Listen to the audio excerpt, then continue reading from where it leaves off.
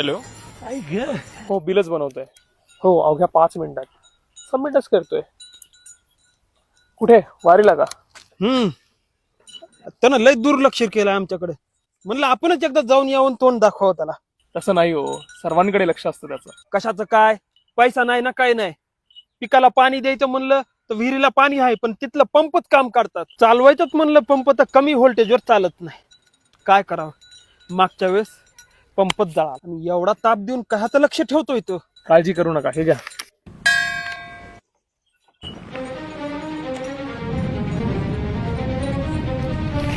देवा, हो काय देव नाही मी.